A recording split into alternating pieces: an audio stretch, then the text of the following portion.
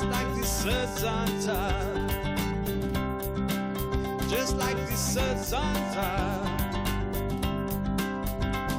Ride, ride, ride, ride, ride, ride, ride, ride, ride, ride, ride, ride, ride, ride the waves, just like the water. Good evening, I'm Ian Butler, and welcome to Wavelength, the show where we talk to local people about local issues in the hope of getting everybody a little bit more on the same wavelength. Today we have two different shows, or two guests, I should say. In a little while we're going to have Tygarjas Bigstyck, a local person who's been involved in various things around town. He'll be talking about his new book, The Chronicles of the Angels of Eden, a work of fiction. But first we're going to have Ron Purser, who wrote this book here called McMindfulness, about how the mindfulness movement has been somewhat co-opted by the corporate side of America. Welcome to Wavelength, Ron. Pleasure to be here. Yeah, so this is an interesting book. I didn't really know much about mindfulness. I'm learning a little bit more now reading about this, but also how there's a dark side to kind of the path it's taken here in America. Mm-hmm. So tell me, what is your thesis of McMindfulness? Well, McMindfulness is a phenomena where an ancient Buddhist practice, which was originally intended to reduce suffering, reduce craving, reduce selfishness. It was embedded within a social and moral vision. Mm-hmm. Really to go beyond the self, to go beyond selfishness and greed. It's been co-opted in ways where it's actually reinforcing these mental poisons such as greed. It's been being used in corporations to make more productive employees. It's being used in ways that pushes the burden onto employees to manage their own stress and basically takes the corporation off the hook for any kind of responsibility. So it's making them more pliable worker bees. More pliable, more conforming. We know just how stressed people are in corporations these days, mm-hmm. and in society, for that matter. So this form of mindfulness is highly individualistic, and it places the burden on individuals to mindful up and to cope and adjust to what are often very toxic corporate cultures. So mm-hmm. this is one way that it's been co-opted. There's been other ways too. Mm-hmm. But it's also kind of like the way that greenwashing, the corporations kind of try to make them seem nice by having this. This is kind of like, hey, look, we have mindfulness. We're not so bad, huh? That's exactly right. Mm-hmm. Greenwashing's a good analogy. I call mm-hmm. it saffron washing. Saffron washing is, because the monks wear the robes that are saffron color. It makes it appear that, look what we're doing for our employees. We have these mm-hmm. mindfulness programs. And so that concerns me because I'm a management professor at San Francisco State. I see. And I used to do a lot of corporate consulting and training and development. And I saw how these cycles kind of come and go in corporations, different, mm-hmm. At one time it was re-engineering. Back in the 1930s, it was called human relations, where we try to make employees more docile and kind of suppress dissent. Mm-hmm. That's another thing about McMindfulness, that it's highly individualistic. So it really doesn't take into account the structural and systemic issues that are causing stress in society. Instead, it's a very kind of reductionistic approach that it kind of locates the source of stress totally within individuals. So it's kind of a Band-Aid. It's a Band-Aid approach. You're hurt, let's put a little Band-Aid, you won't hurt so much, but it's not going to actually cause the problem to get better. Yeah, and I'm not saying that mindfulness, I'm all for mindfulness. Yeah. I mean, I'm a Buddhist practitioner and I've practiced various forms of meditation. Mm-hmm. But when it's used in a way and it's commodified in a way and deployed in ways that just helps further, you could say, our capitalist economy, mm-hmm. Then I take issue with it. Yeah. Now, how does it? You say that, I guess, unmoored from the Buddhist part of it, which is like being, compassionate towards others and all that. How is McMindfulness? How does it make the workers more self-centered? How does it? Why do you feel it does that? Well, if you look at like media articles, there have been articles like in Bloomberg. I remember there was the headline was, "If you want to make a killing on Wall Street, meditate." And so even like Goldman Sachs firms are like to give hedge fund managers a mental edge. So it's kind of promising, if you practice mindfulness, you can move up the corporate hierarchy, you could be more successful. So it's all about me, it's like, and I call that me incorporated, me Inc. Me Inc. But that ties into kind of the neoliberal ethos that we have in our society, going back to Ronald Reagan and Margaret Thatcher. Neoliberalism is an ideology that says that the way to attain success and freedom is to deregulate, privatize everything, get rid of any kind of collective organizing, anything that gets in the way of so-called free markets. But that also has an insidious effect on individuals, because now individuals are seen as atomized individuals. They're not part of a collective structure or not part of a community. Fending for themselves. Yeah, everyone has to fend for themselves to enhance their mental capital in the marketplace. And that's often how mindfulness is sold, and that's often why it's become a $1.5 billion industry. And when it's so market friendly, I think that's why we have to take a step back and say, is this really what mindfulness is for? Right. Is it really serving more money? Yeah. the larger purpose of really healing ourselves and healing our communities and healing the earth? And I can see right now we're staring at our screens all day in our little cubicles and in our homes, as opposed to out relating to people. I can see just sitting in your seat meditating is also kind of an isolating thing. It's not really part of a community. I'm not sure if what the actual practices are, but I can see it's individual. It's not bringing people together necessarily. Well, you see that more in terms of the huge industry with meditation apps on your phone now. Yeah. Mindfulness meditation apps like Headspace and Calm, which are extremely lucrative. I think the market value of Headspace is like $300 million. There's golden in their brains, huh? But again, it's kind of an irony that I have to turn to my phone, my smartphone, to de-stress. And that app that meditation app is still selling your data to other companies.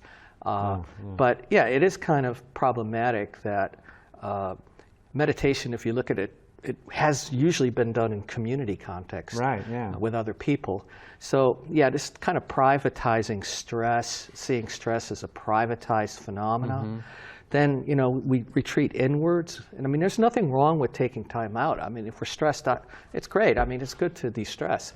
But if we lose sight of, we become sort of myopic, like suffer from kind of a social myopia, that then we don't really do things to try to address these larger collective and social and political issues, which are causing the amount of stress that we're feeling as individuals in our society. Well, that's a very interesting thesis you have there. I've read the first chapter. I look forward to reading the rest of this and learning more about it, and I recommend other people do the same. It seems like it's doing very successfully. I understand you've already, it's in more than one language already, or what's going on with that? Yeah, it's going to be published in French and in Korean and maybe in Spanish and Portuguese later this year. But it's. I understand there's also an English version. Yeah. Well, actually, the publisher is in England. The publisher is located in London.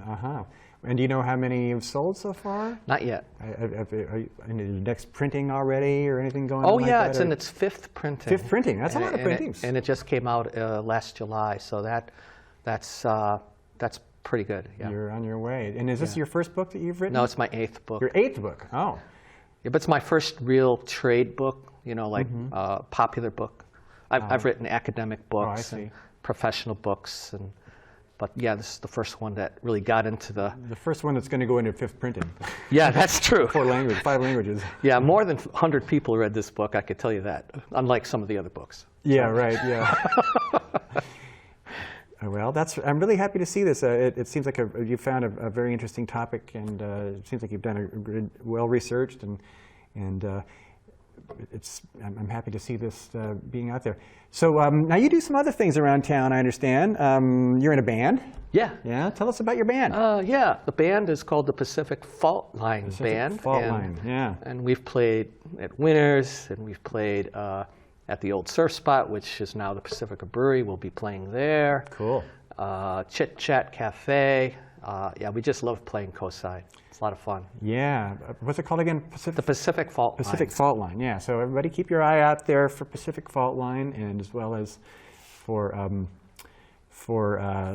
McMindfulness. And of course, you can buy McMindfulness at Florey's Books. At right? Florey's Bookstore, yes.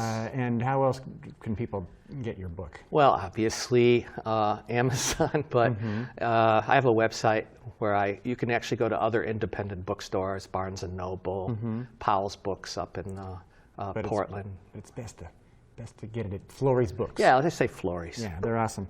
Well, I think it's time to switch over now, right? We've already had our 15-minute mark here, thing here. It's that time. So, okay, well, I want to say thanks so much, Ron, for being on the show. Thank you. And I wish you the best of luck on this book. I hope that it is widely distributed and gets out there and changes the world for the better. Well, thank you so much. Yeah, thanks so much. So, yeah, here's the book. It's called McMindfulness from Ronald Purser, and you can see he's got a website there, www.ronpurser.com. And once again, Florey's Books is a great place to get that. In fact, I want to show you a couple of other things you can get at Florey's Books, including my new CD, which is at Florey's as well. Just came out. It's called In My Hand. I switched over to ukulele a few years ago, and I did a CD of ukulele songs, and that's just finished now. So hopefully you'll be seeing that around and hearing about that. But it's brand new. We'll get around to that some more soon. But then we have the book that is written by our next author, The Chronicles of the Angels of Eden. And we can get that one up on the screen in just a sec here. There we are. Yes, The Chronicles of the Angels of Eden. You can see got the little fig there. And now I would like to introduce everybody to Tygarjas Bigstyck. Hi. Thank you, Tiger. You call yourself Tiger for short, right? Yeah, Tiger makes it easy. Okay, great. And the shirt makes it obvious, too. Oh, yeah. I try to make sure everything is obvious, yes. Yeah, so now I've known you a good bit. I've seen you around town, and you're doing a lot of interesting things here with your life, but now you have become an author as well. Yes, sir. This is my second novel. Your second novel, that's right. You had one a little while ago. Yeah, Passenger. Passenger, yeah. And so this book is a pretty good-sized book, but I understand it's not the end of this book, is it? No. So after 8 years of chipping away at it slowly between work hours, I came to what I felt to be a natural stopping place, and I decided, well, after all this time, I'd like to put something out into the world and maybe get some feedback, and hopefully it serves its function up till now as it's intended. Yeah, but you were saying that there's going to be this is called Volume 1. Part 1. Part 1. Part 1 of Volume 1. So this follows the first 8 chapters of Genesis from the Hebrew Bible. This book goes so through that's the first Adam 8 and chapters. Eve through Noah. So you go through the flood and the life of Noah. Right, I see. And Volume 1 is conceptualized as being all of Genesis and Exodus. So by the time this project is through, Volume 1 of the project will have gone through Moses. Wow. So I presume that this goes all the way eventually to Revelations when you get to the other volumes. Well, through like Volume 3, but so far this is thought of as being a 5-volume book. So eventually I want to get past the Bible stories to history and past history to modern times and try to wrap everything up together. So this is starting with with the Garden of Eden in Genesis and working all the way up until tomorrow morning. Tomorrow morning, exactly. When it finally gets written tomorrow, yes. Yeah, exactly. Whatever that tomorrow is. Wow, so that's a very ambitious project you have there. But you've already got it well on its way. You got the first volume of that. Yeah. So this is based on the Bible. So you must be something of a biblical scholar, I'm assuming? Well, I did study religious studies in college, and that's, I've studied it as much as is conducive toward, I got some knowledge in the brain. Hopefully it works out well. No, so I was thinking about this conversation between God and the angels, is the premise of this book, in which the angels are kind of seeing the way God orchestrates the Adam and Eve thing, and starts critiquing it, to which God responds, "Oh, that's cute, angels critiquing me. And if you'd like to help humanity in a way that you think I've set them off on the wrong foot, by all means, eat the fruit from the tree of knowledge of good and evil yourself. Have at it." And they do, and they get incarnated into human form, and that's how the story begins. Ah, so we have angels walking amongst us in this story, huh? Absolutely. And I'm assuming then we have angels through history until if you get to the end of it, it's like, what would the world have been like or be like if angels were hanging out with us all this time? Kind of, yeah. So the premise is when they get incarnated into human form, each angel is a single entity, but they get split into two entities. And they're humans, but they're polarized humans. And one half of them kind of runs away, and the other half is there watching the other half of them run away. And the idea is, once we've completed our task and helped humanity, we get to be reunited with ourselves. And then we can leave this realm and head back to where we came from, which they quickly come to discover is probably more pleasant than where they've arrived. Meaning heaven? Yeah, for all intents and purposes. I think that as the Hebrew scriptures were written, heaven is a little bit more amorphous than has been lately popularized.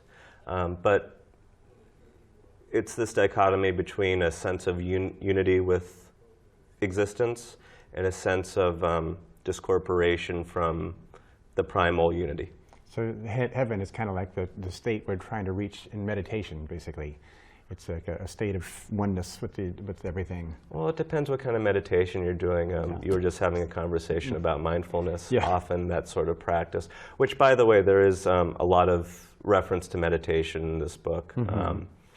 One of the characters, that's the way she settles her mind, because she does have extraordinary powers.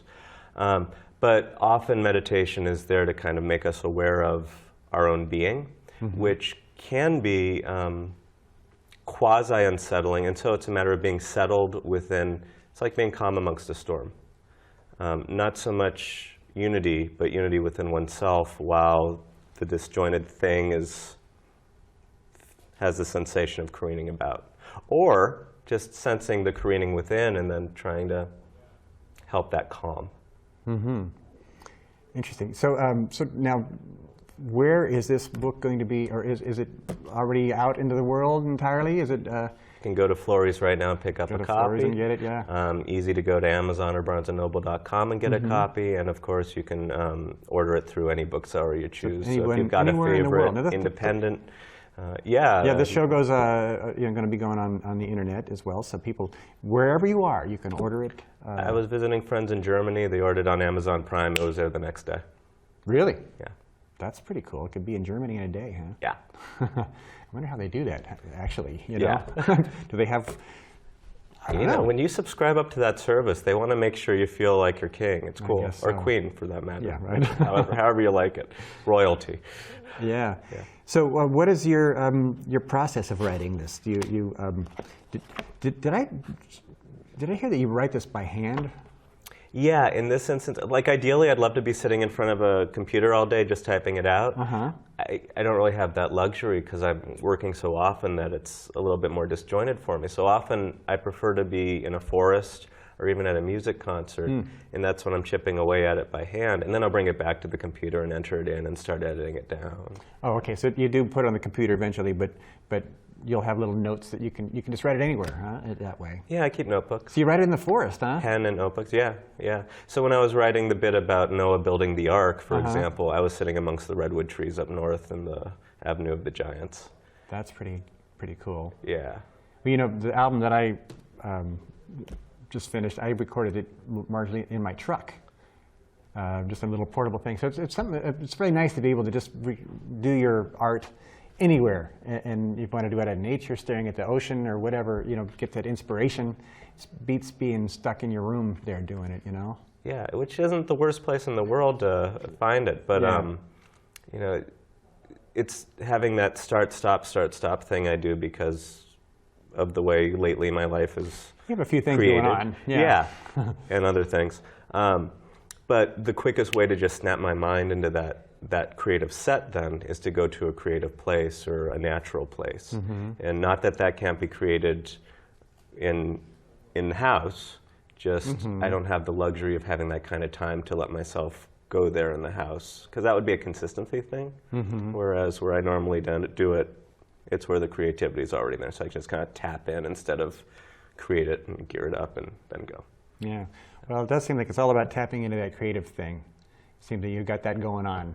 And I'm really, you know, I think the first time we really spent much time together was when the Errol Chang event occurred. Yeah. Some of the viewers may not remember or know about that, but we had a local person was murdered by the police, a mentally disturbed person, and it was a pretty sad event. And you were there. We were kind of working with the family and helping them kind of get the word out and consoling them. And I just found that you really had a very sincere heart, and you really seemed like you're really helpful and present for them. And now you're applying that to a lot of other really neat things in the community. And one of the things that you recently did is join the Pacific Planning Commission, Yep. which I find that interesting. I mean, I see you being involved, but the Planning Commission, really? How did that happen?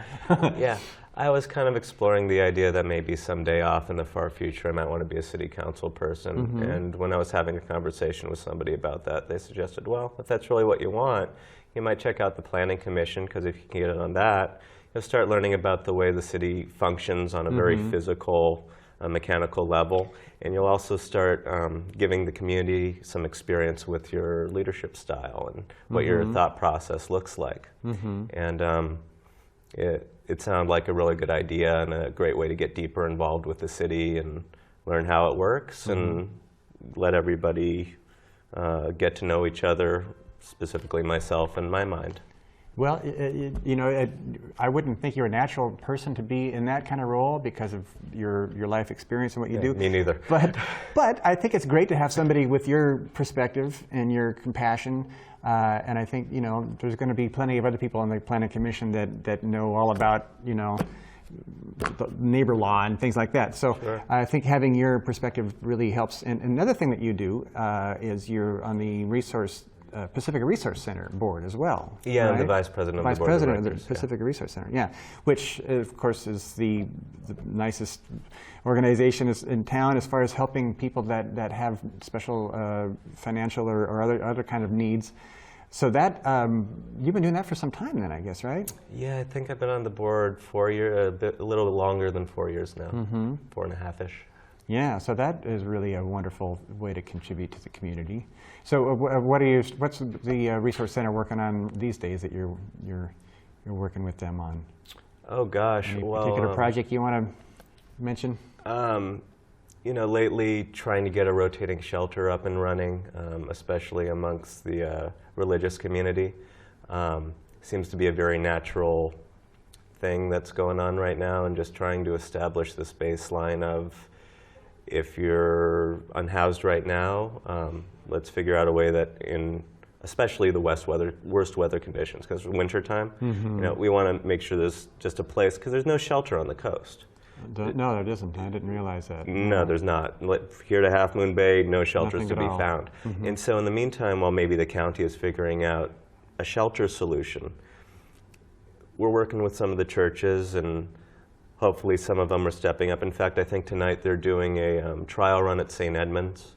A friend of mine who recently fell on hard times is one of the people who is going to be staying there tonight. And so it's people we know, it's our neighbors, it's our friends, our coworkers. And literally that's my experience, and literally that's the guy who's, you know, one of the participants tonight over at St. Edmunds. So that's just one example of the outreach that we're doing and the kind of resource. I know there's been talk worst case about scenario we're getting underway. I know there's also been talk about getting a place for the people living in their vehicles, getting something like that set up around town. Is that idea still on the table? Yeah, absolutely. Mary Beer was talking about a permit process at the last city council meeting where maybe there could be a certain sort of permit if you're involved with receiving services from the resource center to get permanently housed. The city will say, okay, you can be, you know, in this, because the ordinance that was recently passed it allows for certain streets to have RVs on them at this time. And so the idea being, well, if you're homeless but you're trying to get housed, trying to more conventional housing, because if you have an RV or whatever, that is a form of housing. It's not traditional, it's not long-term. Right. And so the idea being, okay, you park street. on that street, you're connected to the services, and you get this permit from the city because you're connected to those services. Yeah. And let's get you permanent housing as quickly as possible. Great. Well, yeah, so that's great stuff that you're doing, working with that and working with the Planning Commission, and now being an author as well. I really, a lot of neat stuff that you're doing here. Hey, we only have like 1 more minute to go, but I'm curious, because this does kind of take place in the Bible, or parallel with the Bible. Have you had any pushback from like religious fundamentalists, like, hey, that's kind of blasphemy, messing with the Bible, or has that been an issue at all? I'm kind of wondering about that. Not yet. Not yet? Not yet. That'll be the mark of success when somebody comes at me and says, what are you doing to my book? Might have a book burning sometime, But these are the Hebrew scriptures, and I feel like it's wise to do a little interpretation, because traditionally that's how these texts were used, were to see how we can interpret them to apply to our lives. Well, that seems like a great way to make it more of a practical application, to put it to use in modern times. So anyhow, thanks so much for being on the show, Thank you, Tiger. Ian. Thank you for having me. And keep doing all the things you do. We need more interesting folks like you in town doing interesting things. Thank you very much, sir. I'll do what And I so can. once again, his book is The Chronicles of the Angels of Eden. And by all means, head over to Palmetto there, Flory's Books, Aaron Schlevy there. He's a wonderful resource to the neighborhood as well. Great man. Pick this up, pick up McMindfulness, and while you're at it, you can pick up In My Hand. And, you get the full package deal going on. But anyhow, I wanted to say thanks to Luigi's Pizza for providing food for the crew, and thanks for the crew, by the way, for working for nothing but pizza. And thanks to both my guests, and thanks to you for watching Wavelength. We're not against them, we're a forum. Good night.